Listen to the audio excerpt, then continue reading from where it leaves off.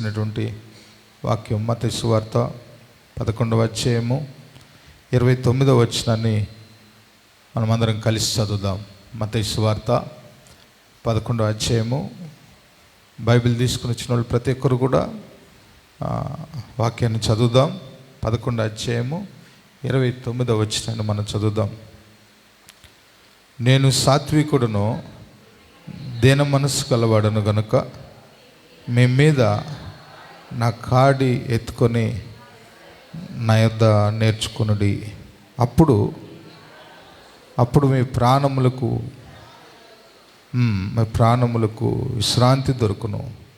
ఏలయనగా నా కాడి సులువుగాను ఉన్నది. హల్లెలూయా. దేవుని వాక్యంలో ఎవరైతే ప్రయాసపడి భారం మోసుకుంటున్నారో మొదట ప్రభు అంటున్నాడు, నా ఎద్దుకు రండి, నేను మీకు విశ్రాంతిని కలుగు చేస్తాను. ఆయన ఇంకొక మాట 29వ వచనంలో, నేను సాత్వికుడును దీన మనసు గలవాడని కనుక మీ మీద నా కాడి ఎత్తుకొని నా యొద్ద నేర్చుకోండి. ఈ మాట ఈ ఉదయకాలం మనం నేర్చుకునే బిడ్డలుగా ఉందాం. హల్లెలూయా. ప్రభువు మన జీవితాలలో ఆయన గొప్ప బోధకుడు, ఆయన గుడ్ టీచర్. మన జీవితంలో చాలా విషయాలు నేర్పించేది ఎవరు అంటే ప్రభువే. చాలా విషయాలు మనతో నేర్పిస్తాడు. కాబట్టి ఆయన దగ్గర మనం నేర్చుకోకపోతే జీవితంలో మనశ్శాంతి ఉండదు, విశ్రాంతి ఉండదు. ఆయనే మనకి నేర్పిస్తాడు, ఏ విధంగా నేర్చుకోవాలో, ఏమేమి నేర్పిస్తాడనేది ఈ ఉదయకాలం క్లుప్తంగా కొన్ని విషయాలు నేను జ్ఞాపకం చేస్తాను. దయచేసి చూడండి. దేవుని వాక్యంలో యెషయా గ్రంథం 28వ అధ్యాయము 26వ వచనాన్ని చదువుదాం. యెషయా గ్రంథంలో ఒక 3, 4, 5 విషయాలు మనం సాధ్యమైతే చూద్దాం. చూడండి, యెషయా గ్రంథం 28, 26వ వచనాన్ని మనం కానీ చదివితే దేవుని వాక్యంలో చాలా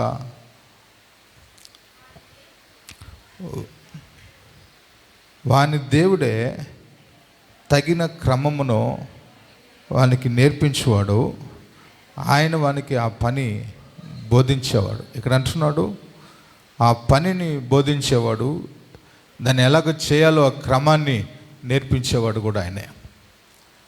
ఉదయకాలం మనము కొన్ని పనులు చేస్తూ ఉంటాం, ఆ పనులు సరిగా జరగవు, ఆ పనుల్లో నష్టం వస్తూ ఉంటుంది, లేకపోతే ఆ పని చేయడం సరిగా ఉండదు. దానివల్ల చాలా బాధపడుతుంటాం, చాలా ఇబ్బంది పడుతూ ఉంటాం. కారణం ఏంటంటే మన సొంత ఆలోచనతో మనం పోతుంటాం కాబట్టి మనం ఆ పనులలో మనం సక్సెస్ కాలేం. మనం ఎప్పుడైతే దేవుడు ఆ పనిని నేర్పిస్తున్నాడో ఆ పనిని నేర్చుకోవడం వల్ల దేవుని జీవితంలో ఆ పనిలో నీకు ప్రతిఫలాన్ని ఇస్తాడు, నిన్ను ఆస్వాదిస్తాడు. గుర్తుపెట్టుకోవాలి. కాబట్టి ఇక్కడ ఈ పని గురించి మాట్లాడుతూ, ఒక పంట పొలం వేయాలన్నా దాన్ని విత్తనం ఎప్పుడు దున్నాలి, ఎప్పుడు విత్తనం వేయాలి, అది ఎప్పుడు పంటకు వస్తుంది అనేది ఆయన నేర్పించాడు. మొదట ఆయననే నేర్పించింది. ఇదంతా ఎందుకు? జలప్రలయం వస్తూ ఉంది. ఆ జలప్రలయంలో నీవు నీ కుటుంబం అంతా రక్షణలోకి నువ్వు క్షేమంగా ఉండాలంటే నోవహుతో చెప్తున్నాడు, నువ్వు ఒక ఓడని తయారు చేసుకోవాలి. నోవహుకు తెలియదు ఓడ ఎలాగ తయారు చేయాలో, ఎందుకంటే ఆయన వర్షం ఎట్లుంటుందో కూడా తెలియదు ఆయనకి.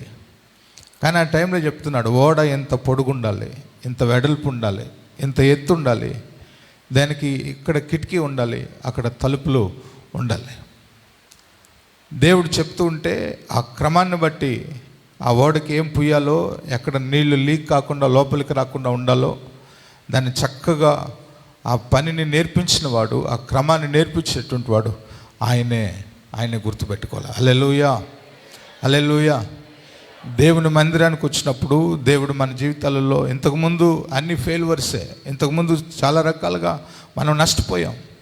నువ్వు నష్టపోకుండా ఉండడానికి ప్రభువు మనకు బోధించేటప్పుడు ఆ బోధని ఆయన ఏదైతే చెప్తున్నాడో దాన్ని నేర్చుకోవడం వల్ల సక్రంగా సరిగ్గా నువ్వు నడుస్తావు, ఆ క్రమంలో నువ్వు ఉంటావు.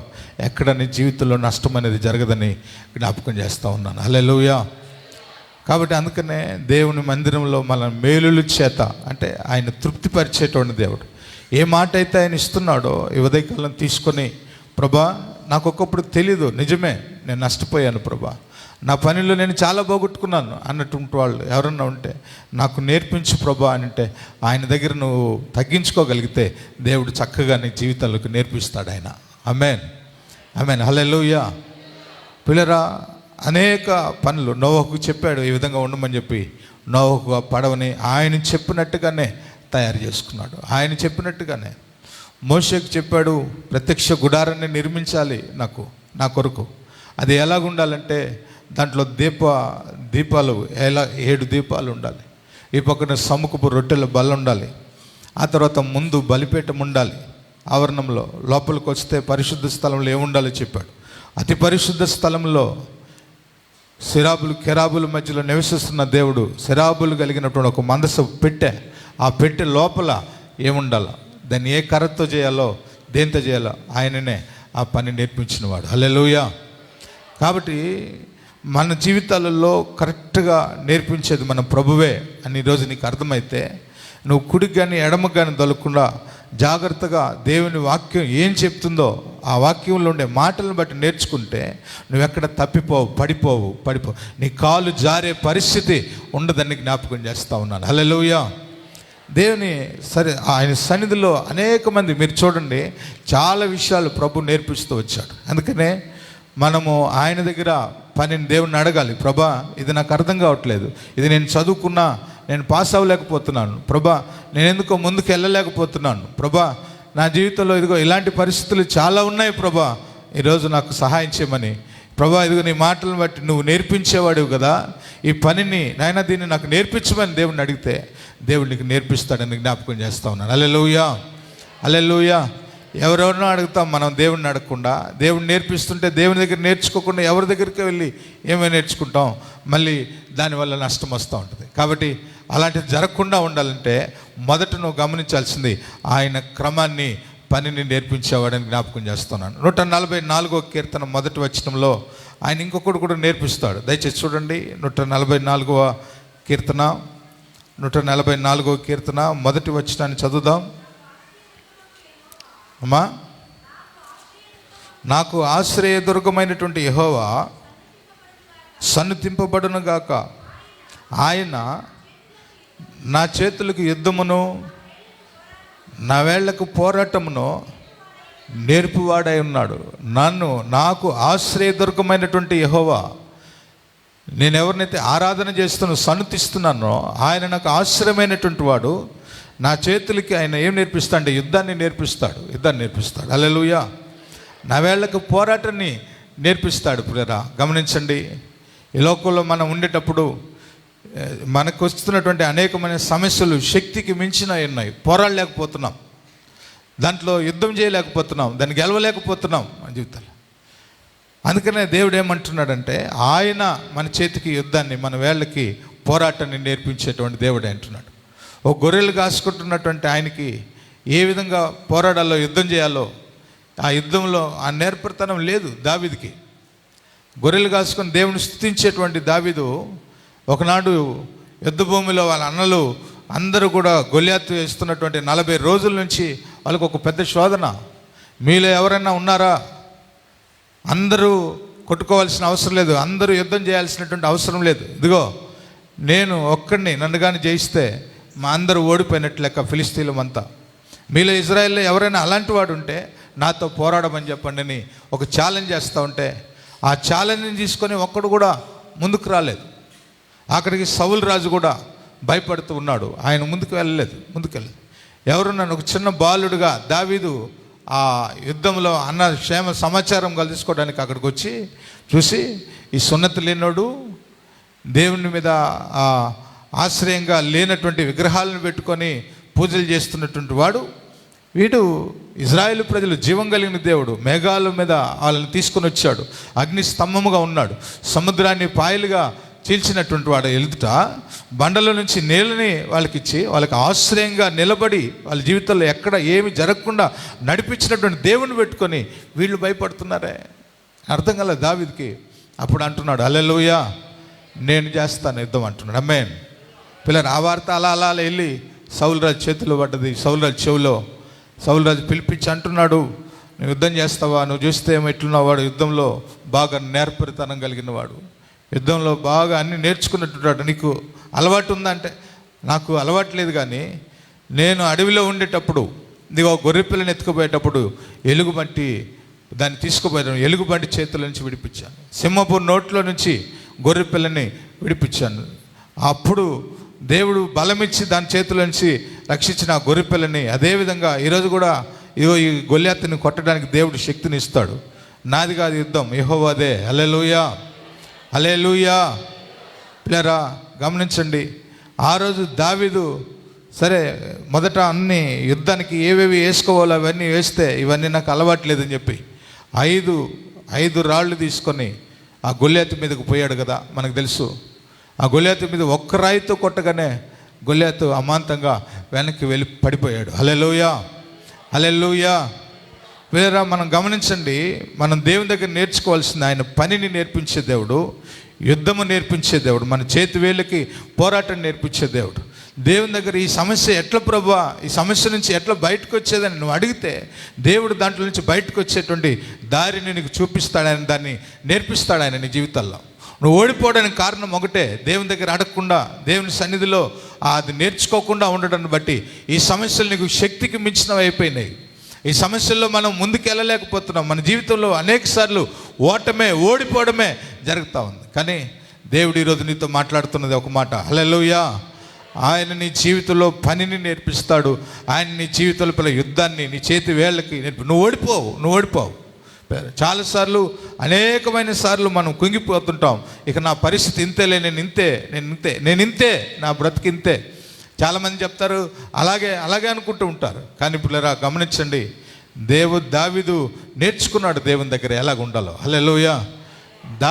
దావీదుకి నేర్పించాడు యుద్ధాన్ని, చేతి వేళ్ళకి పోరాటాన్ని నేర్పించాడు. అనేకమైన సమస్యలు దావీదు జీవితంలోకి వచ్చాయి. పిల్లల దేవుడు నేర్పించాడు కాబట్టి నేర్చుకున్నాడు గెలవడం. హల్లెలూయా, గెలిచాడు. పిల్లల దేవునికి మహిమ కలుగును గాక. ఆమె ఈరోజు కూడా నీతో మాట్లాడుతున్నాడు దేవుడు. నేను ఓడిపోతున్నాను ప్రభా అన్న దగ్గర, ఇదేనా ప్రభా నాకు కరెక్ట్గా నేర్పించినైనా నీ సన్నిధిని బట్టి నేను ఉంటాను ప్రభా, నాకు సహాయం చేయమని దేవుడిని అడుగు. దేవుడు నీ పట్ల గొప్ప కార్యాలు తలంచి పెట్టున్నాడు ఆయన. ఆమేన్, ఆమేన్, హల్లెలూయా. ఈ నెల మొదటి వారంలో దేవుని వాగ్దానంగా తీసుకొని ఇది పిల్లరా. అవును, పోయిన నెలంతా బాగలేదు, అంతకుముందు అంతా, ఈ సంవత్సరం అంతా ఇలాంటి పరిస్థితులు 5 నెలలు గడిచి 6 నెలలకు వచ్చిన మన జీవితాలు దేవుడు చెప్తున్న మాట ఆయన నేర్పిస్తాడు, మనం నేర్చుకోవాలి. హల్లెలూయా. జీవితంలో అనేకమైనటువంటి జరుగుతూ ఉన్నాయి, ఎట్లా ఎదుర్కోవాలో తెలియట్లేదు, ఎట్లా ఫేస్ చేయాలో తెలియట్లేదు ఆ పరిస్థితుల మధ్యలో. అందుకనే ప్రభు ఏమంటున్నాడంటే, నీ జీవితంలో మనశ్శాంతిగా, నెమ్మదిగా, విశ్రాంతిగా ఉండాలంటే నా దగ్గర నేర్చుకో అని చెప్తా ఉన్నాడు ప్రభు. నేను సాత్వికుణ్ణి, ఎన్నిసార్లు నువ్వు అడిగినా ఆయన నీకు నేర్పిస్తాడు. ఆయన దీనుడు ఆయన. హల్లెలూయా.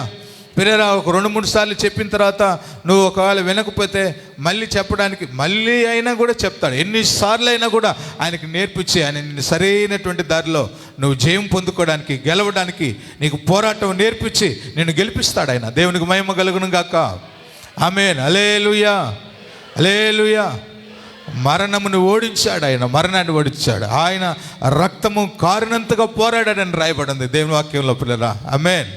పిల్లరా, దుష్టుని జయించినవాడు, పాపాన్ని జయించినవాడు, మరణపు ముళ్ళుని మిరిచినవాడు. ప్రతి సమస్య ఆయనకి తెలుసు ఈ లోకంలో. పిల్లరా, ఏ సమస్యలు ఏ విధంగా వస్తాయో ఆయనకు తెలుసు కాబట్టి ఆయన నీకు సరిగ్గా నేర్పించగలుగుతాడని జ్ఞాపకం చేస్తున్నాను. ఆమేన్, ఆమేన్, హల్లెలూయా. నాకు ఒక్కొక్కసారి వాక్యం చెప్పడానికి కూడా చేత కాదు. ఆ రోజుల్లో దినాల్లో 2002వ సంవత్సరం పాస్టర్ గారు, దీన్ దయాళ్ పాస్టర్ గారు నేను సేవకు ఎన్నుకున్నాడంటే, పాస్టర్ గారు హైదరాబాద్కి వచ్చి 7 మంది వాళ్ళందరూ 3 రోజులు కూడిక పెట్టి సభలు పెట్టి ఆదివారం స్టార్ట్ చేసిపోతే నాకు 10 నిమిషాలు వాక్యం చెప్పడం రాదు. ఎందుకంటే అది నాకు అలవాట్లేదు. నేను భయపడదు, కాళ్ళు చేతులు వణుకుతుండే. చాలా భయం వేస్తుండే. అసలు నేను ఎట్లా ప్రభా దీన్ని ఎట్లా నేను కూర్చొని వినడము, లేకపోతే ఏదైనా సేవకు సహాయం చేయడమే అనుకున్నా కానీ ప్రభా నన్నేమో నిలబడి వాక్యం చెప్పమంటే నేను ఎట్లా చెప్పాలి ప్రభా అని రాత్రి అంతా కూర్చొని ప్రార్థన చేస్తూ ఉండాను. లేకపోతే 3 గంటలు 2 గంటలు 3 గంటలు అట్లా దేవుణ్ణి అడుగుతూ ఉండాను. 10 నిమిషాలు 20 నిమిషాలు ఆయనే నేర్పిస్తూ వచ్చాడు, వాక్యాన్ని ఆయనే చూపిస్తూ వచ్చాడు. అనేకమైన రెఫరెన్స్లు ఎట్లా దాంట్లో నుంచి పంచుకోవాలో ప్రభు నేర్పిస్తూ వచ్చాడు. హల్లెలూయా, హల్లెలూయా. అందరూ ఒకసారి 2 చేతులు ఎత్తి దేవునికి స్తోత్రం చెల్లిద్దాం. ఆమేన్, హల్లెలూయా. నువ్వు ఎన్నిసార్లు అడిగినా ఆయన సాత్వికుడు, దీన మనసు కలిగాడు. అందుకని అంటున్నాడు, నా దగ్గరికి రా, నా కాడి సులువైంది, నా దగ్గర నేర్చుకోమని చెప్తాను. నీ జీవితానికి సంబంధించిన విషయాలు ఆయన దగ్గరే ఉన్నాయి. ఆయన నిన్ను కరెక్ట్గా నడిపించగలడు. కరెక్ట్ అయినటువంటి దారిలోకి ఆయన నిన్ను తేగలిగినటువంటి వాడైనా. హల్లెలూయా. నువ్వు ఏ స్థితిలో ఉన్నా, ఏ పరిస్థితుల్లో ఉన్నా, నువ్వు ఓడిపోయాను, నేను లైఫ్ ఇంతేనని రాజీ పడబాక. దేవుడు ఈరోజు నీతో మాట్లాడుతున్నాడు. నువ్వు దేవుణ్ణి అడక్క, దేవుణ్ణి నేర్పించేది నువ్వు నేర్చుకోక ఫెయిల్ అయిపోతున్నావు కానీ, ఓడిపోతున్నావు కానీ, దేవుణ్ణి అడిగితే ఆయన సాత్వికుడు కాబట్టి కరెక్ట్గా ఆయన నీకు నేర్పిస్తాడని జ్ఞాపకం చేస్తా ఉన్నాను. హల్లెలూయా. దేవునికి మహిమ కలుగును గాక. తర్వాత ఆయన చూడండి, లూకాసు సువార్తలో 11వ అధ్యాయము మొదటి 4 వచనాల్లో మనం చూద్దాం ఒకసారి. మొదటి లూకాసు సువార్త 11వ అధ్యాయము మొదటి 4 వచనాలు మనం చదువుదాం. మొదటి 4 వచనాలు 11వ అధ్యాయం మొదటి 4 వచనాల్లో ఆయన ఒక చోట ప్రార్థన చేసుకుంటూ ఉన్నాడు. ప్రార్థన చాలించిన తర్వాత ఆయన శిష్యులలో ఒకడు, ప్రభా, యోహాను తన శిష్యులకు నేర్పినట్లుగా మాకు నువ్వు ప్రార్థన చేయ నేర్పమని ఆయన అడిగను. అందుకు ఆయన, మీరు ప్రార్థన చేయనప్పుడు, తండ్రి, నీ నామం పరిశుద్ధపరచబడును గాక, నీ రాజ్యం వచ్చుగాక, మాకు కావలసినవి అనుదినము దినదినము మాకు దయచేయము, మేము మాకు వచ్చి ఉన్న ప్రతి వాణిని క్షమించుచున్నాము గనుక మా పాపములు క్షమించుము, మమ్మల్ని శోధనలోకి తేకమని వారితో చెప్పెను. యేసయ్య ప్రార్థన చేసుకునేటప్పుడు శిష్యులు వచ్చి అలా ఒకటి అడుగుతున్నాడు, నాకు ప్రార్థన చేయడం తెలీదు, ప్రార్థించడం నాకు నేర్పించు, ప్రార్థన ఎలాగ చేయాలో నాకు నేర్పించుము అంటే ప్రభు చెప్తున్నాడు ప్రార్థన ఎలాగ చేయాలో. హల్లెలూయా. ఆయన, తండ్రి, నీ నామం పరిశుద్ధపరచబడును గాక, నీ రాజ్యం వచ్చుగాక. ఆయన నామం పరిశుద్ధమైనటువంటి నామం. ఆయన నామంలో పరిశుద్ధత, ఆయన నామానికి పరిశుద్ధత కలిగిన నామం ఆ నామం. కాబట్టి ఆ నామంలో ప్రార్థన చేసేటువంటి వాళ్ళు, పిల్లరా, మనం కూడా పరిశుద్ధులుగా మార్చము. నేను పరిశుద్ధుని కనుక మీరును పరిశుద్ధులై ఉండండి. హల్లెలూయా. ఆయన రాజ్యంలో చేర్చబడి, అందుకనే ప్రతి ఒక్కరిని కూడా వారి పాపములకు అడుగుతాడు ఆయన. వారి పాపముల నుంచి వారిని విడిపిస్తాడు ఆయన. వారి దుష్టత్వం, వారి అపరాధముల నుంచి, వారి దోషముల నుంచి ఆయన విడిపించి వాళ్ళని పరిశుద్ధంగా మారుస్తాడు ఆయన. ఆయన రాజ్యంలో ఉండే వాళ్ళందరూ కూడా పరిశుద్ధుడు కనుక పరిశుద్ధమైన దేవుని ఆరాధన చేసేటప్పుడు పరిశుద్ధమైన జీవితం ఉండాలా. క్రైస్తవుని జీవితంలో ఒక పరిశుద్ధమైనటువంటి జీవితాన్ని కలిగినటువంటి జీవితం మనం జీవించాలా. పిల్లరా, గమనించండి. హల్లెలూయా, హల్లెలూయా. మనం దేవుని ఆరాధన చేస్తూ పరిశుద్ధత లేకపోతే ఆ కనెక్షన్ని కుదరదు, ఆ కనెక్షన్. అందుకనే ప్రార్థన ఎలాగ చేయాలో నేర్చుకోవాలి. పరిశుద్ధత లేకుండా నువ్వు ప్రార్థన చేస్తావు, ఆ ప్రార్థన చేర్చబడుతుందా? చేరదు. కాబట్టి అందుకని మనం పాపములు కడుక్కొని, మన దోషములు కడుక్కొని, ఎవరితోనైనా విరోధంగా ఉంటే, ఎవరితోనైనా మనం ఒకవేళ రుణపడి ఉంటే, పిల్లరా, ఒకవేళ వాళ్ళు దేవుడు మనల్ని పాపములు క్షమించినట్టుగా వాళ్ళు మనల్ని క్షమించేటువంటి మనస్తత్వం కలిగి ఉండాలి మనం. ఇది ప్రార్థనలో ఆయన ఎలాగా ఉండాలో మనకు నేర్పిస్తూ ఉన్నాడు. హల్లెలూయా. మనకు ప్రార్థన నిజంగా ఎలాగ చేయడం తెలీదు. రోమపత్రికలు అంటాడు కదా, 26వ అధ్యాయము 8వ అధ్యాయం 29వ వచనం. రోమపత్రిక పరిశుద్ధాత్మ దేవుడే మనకందరికీ తెలిసినటువంటి వాక్యం. రోమపత్రిక 8:29వ వచనంలో, ఆత్మయు మన బలహీనతలు చూచి సహాయం చేయుచున్నాడు. ఎలా అనగా, మనం యుక్తముగా ఎలాగో ప్రార్థన చేయాలో తెలీదు కానీ మూలుగులతో తన ఆత్మ తానే మన పక్షముగా విజ్ఞాపనము చేయుచున్నాడు. హల్లెలూయా. మనకు యుక్తంగా ఎలాగో ప్రార్థన చేయాలో తెలీదు. ఇప్పుడు కూడా ప్రార్థన చేయమంటే ఒక్కొక్కసారి చాలా దీర్ఘంగా ప్రార్థన చేస్తాం, ఒక్కొక్కసారి కొంచెమే చేస్తాం. ఏం ప్రార్థన చేయాలో మనకు తెలియదు ఇప్పుడు కూడా.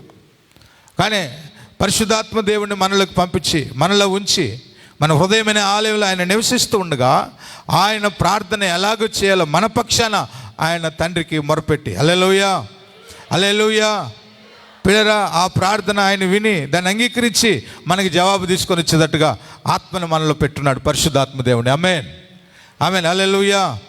కాబట్టి ఆత్మ చెప్పే మాటలు వింటే, చెవిగలవాడుగా ఆత్మ చెప్పే మాటలు అంటే నీ జీవితంలో అన్నిట్లో నువ్వు సరిగా ఉంటావు. నీవు పని ఎలాగ చేయాలో నేర్పించే దేవుడు అంటున్నాడు, యుద్ధము నేర్పించే దేవుడు అంటున్నాడు. ఆయన నువ్వు ప్రార్థన ఎలాగ చేయాలో నీకు తెలియనప్పుడు నువ్వు ప్రార్థన ఎలాగ చేసి పిల్లలు ఆ ప్రార్థనకి జవాబు ఎలాగ పొందుకోవాలో నేర్పించేవాడు అంటున్నాడు ఆయన. ఆయనే హల్లెలూయా. అందుకని ఎప్పుడైనా ఇవన్నీ మన జీవితంలో చాలా అవసరం. ఎందుకంటే నీ జీవితానికి విశ్రాంతి కావాలంటే, నీ జీవితంలో నెమ్మది కావాలంటే, నీ బ్రతుకులో ఆ నెమ్మదిగా కొనసాగాలంటే పిల్లరా ఆయన నేర్పించేది మనం నేర్చుకోవాలా. ఆయన చెప్పేది మనం నేర్చుకున్నప్పుడు మాత్రమే ఆ నెమ్మది నువ్వు పొందుకుంటావు తప్ప ఇంకా వేరే విధంగా ఎలాగా నీకు రాదు. జ్ఞాపకం చేస్తున్నాను. హల్లెలూయా. డబ్బు ఉండడాన్ని బట్టో లేకపోతే ఇంకో దాన్ని బట్టో అది రాదు ప్రియులరా. ఆయన దగ్గర నువ్వు నేర్చుకున్నప్పుడు మాత్రమే నీ ప్రాణమునికి నెమ్మది దొరుకుతుంది. అంతే. ఆమేన్. నీ ప్రాణమునికి విశ్రాంతి దొరుకుతుంది. హల్లెలూయా హల్లెలూయా. నీ జీవితంలో స్వస్థతకి కారణం అదే, ఆ మాటే, అదే నువ్వు నేర్చుకోవాల్సింది పిల్లరా. నీ జీవితంలో విడుదల పొందడానికి విడిపించేటువంటి దేవుడు నీకు తెలియాలి. ఆయన ఏ విధంగా విడిపిస్తాడో పిల్లరా, నీ సమస్యను ఏ విధంగా పరిష్కరిస్తాడో, నీకు ఎలాగ పోరాటాన్ని నేర్పిస్తాడో నీకు అర్థం కావాలి. ఈ దినం అర్థం కావాలి. హల్లెలూయా. ఆ దినం నేను దేవుడిని అడిగినప్పుడు దేవుడు అనేకమైన విషయాలు నాకు ఒక దయ్యం వెళ్ళిపోవడం కూడా నాకు తెలీదు. ఎందుకంటే కొంతకాలం నేను బ్యాప్టిస్ట్ చర్చికి పోవడం వల్ల ఇవన్నీ నాకు తెలియకుండా ఉన్నాయి పిల్లరా.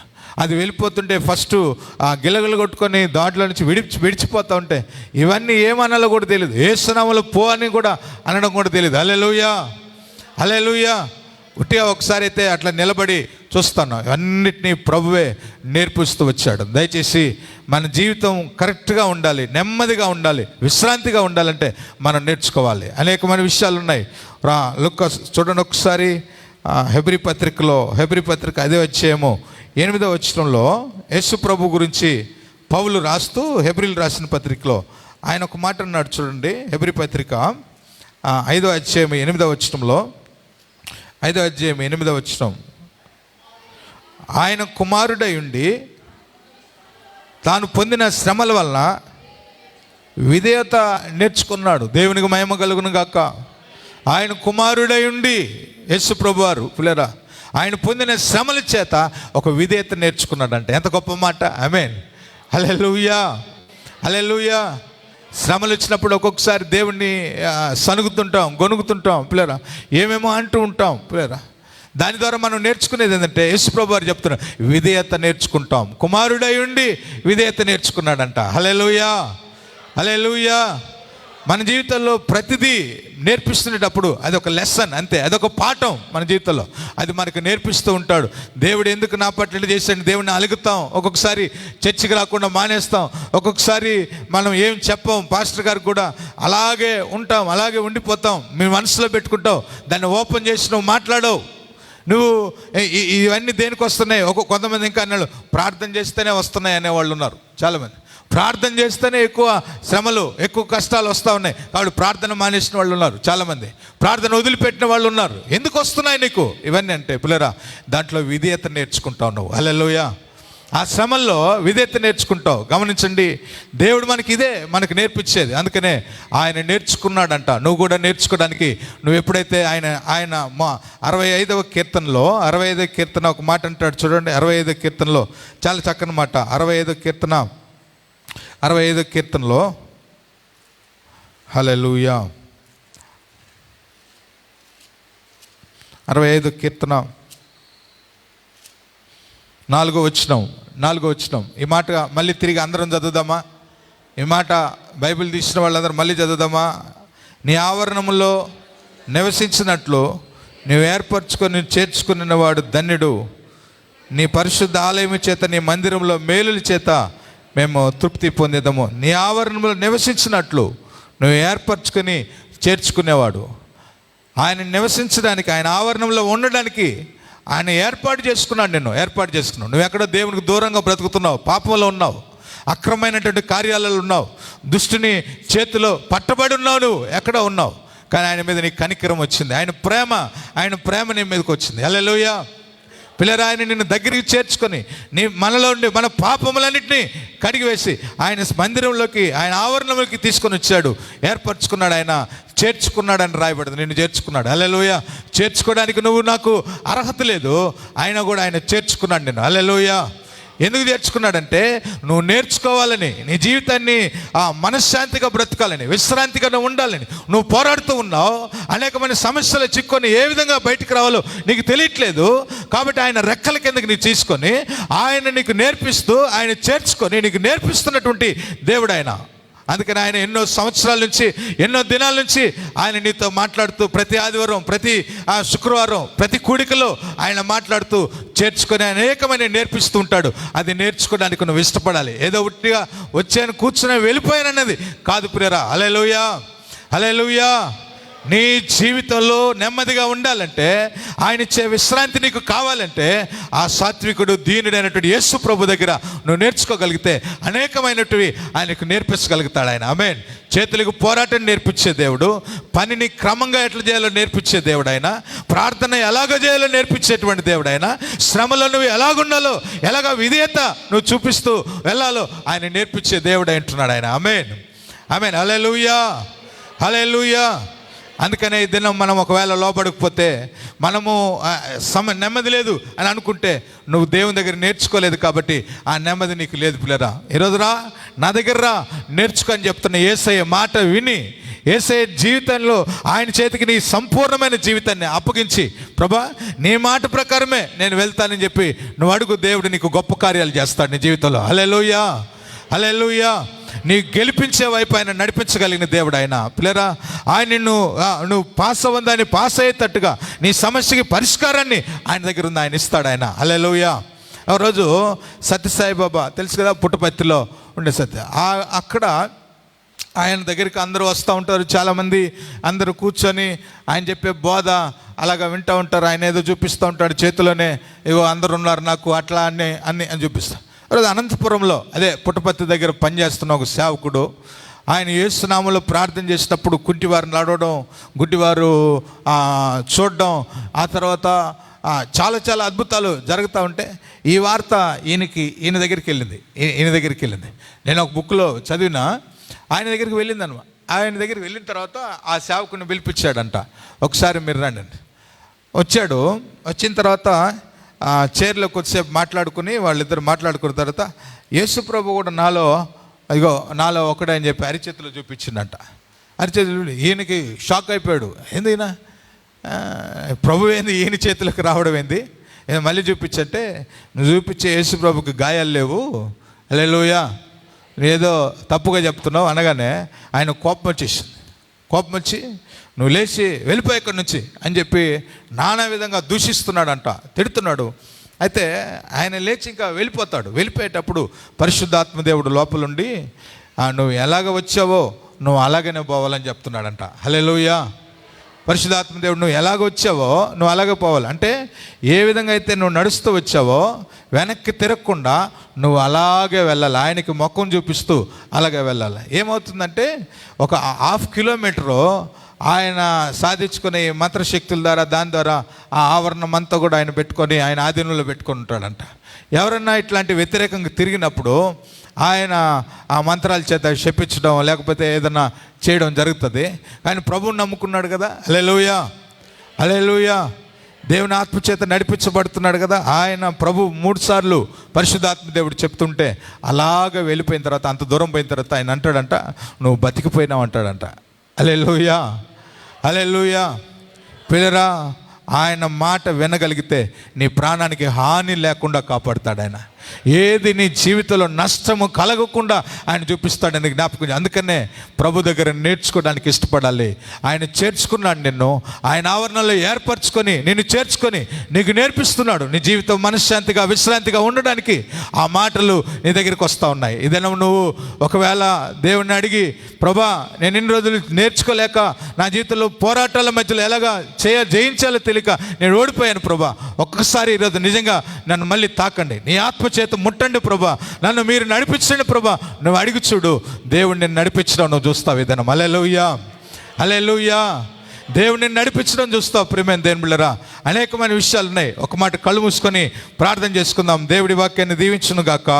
హల్లెలూయా, hallelujah, hallelujah, hallelujah. Glory, glory, glory, glory, glory. రీమాల షంద రబాల కరాధారం. అందరం కూడా ఒక్కసారి చేతులు పైకెత్తి దేవుడిని అడుగుదాం. ప్రభా నాయనా, ఇదిగో ప్రభా, నేను చేయలేకపోతున్న పని, ఆ పని నాకు చేత కావట్లేదు, ఆ పని నాకు రావట్లేదు అంటున్నావా? నువ్వు ఆ పని మానేసి వేరే పనికి పోదాం అనుకుంటున్నావా? అప్పుడేరా దేవుణ్ణి అడిగి చూడు. ఆ పని యొక్క క్రమాన్ని నేర్పిస్తాడు. ఏ విధంగా నువ్వు ఉండాలో నేర్పిస్తాడు. ఏ విధంగా నువ్వు జీవించాలో నేర్పిస్తాడు. నీ జీవితంలో పోరాటాల మధ్యలో ఉంటున్నా కన్నీళ్ళే, కన్నీళ్ళే, కన్నీళ్ళే. నా బ్రతికంతా శ్రమలే, నా బ్రతికంతా ఇదే, నెమ్మది లేని బ్రతికే, నా బ్రతికి ఇలాగే ఉంది అనుకుంటున్నావు నువ్వు. పిల్లరా, దేవుడు దావీదు చేతులకి యుద్ధం నేర్పించిన దేవుడు, వేళ్ళకి పోరాటం నేర్పించిన దేవుడు. దేవుడు నీకు నేర్పిస్తాడు. ఏదైనా ఏ సమస్యల నుంచి ఏ విధంగా బయటికి రావాలో, ఆ సమస్యలంటే ఎట్లా నువ్వు నెమ్మదిగా ఉండాలో, విశ్రాంతిగా ఉండాలో ఆయన నేర్పించే దేవుడు అంటున్నాడు ఆయన. హల్లెలూయా. ఒక మాట కళ్ళు మూసుకొని ప్రార్థన చేసుకో. దేవుణ్ణి అడుగు, దేవుణ్ణి అడుగు. ఒక మాట, దేవా నీకు స్తోత్రం, స్తోత్రం, స్తోత్రం, స్తోత్రం. హల్లెలూయా, హల్లెలూయా, హల్లెలూయా. ఉట్టిగా వచ్చేది వెళ్ళిపోవడానికి రాలే. ప్రభు ప్రతివారం ప్రతిదినం ఏదో మనకు నేర్పిస్తూనే ఉంటాడు. నేర్చుకుందామా? నేర్చుకోవడానికి విధేయత చూపిద్దామా? లోబడదామా? ఆయన సాత్వికుడు. నువ్వు ఎన్నిసార్లు వచ్చినా లేదు నేను నేర్పిన పో అనే దేవుడు కాదు. ఆయన నేర్చుకోమని చెప్తున్నాడు. నీ జీవితంలో సులువుగా వెళ్ళేటట్టుగా నేర్పించగలిగిన వాడు, నీ సమస్యని సులువుగా పరిష్కరించేటట్టుగా చేయగలిగిన వాడు, నీ జీవితంలో నెమ్మదిని విశ్రాంతిని ఇచ్చేటువంటి దేవుడు అంటున్నాడు ఆయన. అందుకన్నాడు, నా దగ్గర రా, నేను నేర్పిస్తాను, నేను నేర్పిస్తానప్పుడు నువ్వు లోబడతావా? నువ్వు లోబడతావా? నువ్వు లోబడతావా? నువ్వు లోబడతావా? లోబడక అనేకమైన కష్టాలు, నష్టాలు, ఎరుకులు, ఇబ్బందులు తెచ్చుకున్నాను. ఇవి లోబడి చూడు, ఒక్కసారి లోబడి చూడు. దేవునితో మాట్లాడుతున్నాడు. దేవునికి సహాయం చేస్తాడు. ప్రియమైన దేవునిరా, హల్లెలూయా, హల్లెలూయా, హల్లెలూయా, హల్లెలూయా.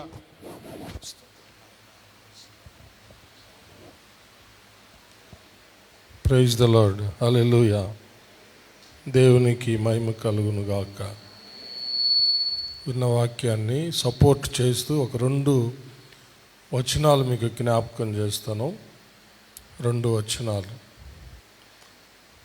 విన్న వాక్యాన్ని బలపరుస్తూ 2 వచనాలు అడిషనల్గా మీకు నేను చూపిస్తాను. కీర్తనలు 34వ కీర్తన 11వ వచనం. పిల్లలారా, మీరు వచ్చి నా మాట వినుడి, యెహోవా యందలి భయభక్తులు మీకు నేర్పేది. అందరూ చదవండి. పిల్లలారా, మీరు వచ్చి నా మాట వినుడి, యెహోవా యందలి భయభక్తులు మీకు నేర్పేదను. నేను పెద్ద అనుకున్న వాళ్ళు ఎవరు నేర్చుకోలేరు. నేను పెద్ద అని అనుకునే వాళ్ళంతా పడిపోతూ ఉన్నారు. నేను ఎప్పుడూ నా దేవుని ఎదుట నేను పిల్లవాడిని, చిన్నవాడిని అని తను తాను తగ్గించుకునేవాడు మాత్రమే నేర్చుకొని బాగుపడుతూ ఉన్నాడు. హల్లెలూయా. మన ప్రభువు కూడా దేవుని ఎదుట ఎంతగానో తగ్గించుకున్నాడు కదా. సిలువ మరణము పొందునంతగా తగ్గించుకొని వచ్చాడు కదా. కాబట్టి మన జీవితంలో చూస్తూ ఉన్నాం చాలామంది. ఒకసారి మన సేవకుల మధ్యలో ఒక సమస్య వచ్చింది.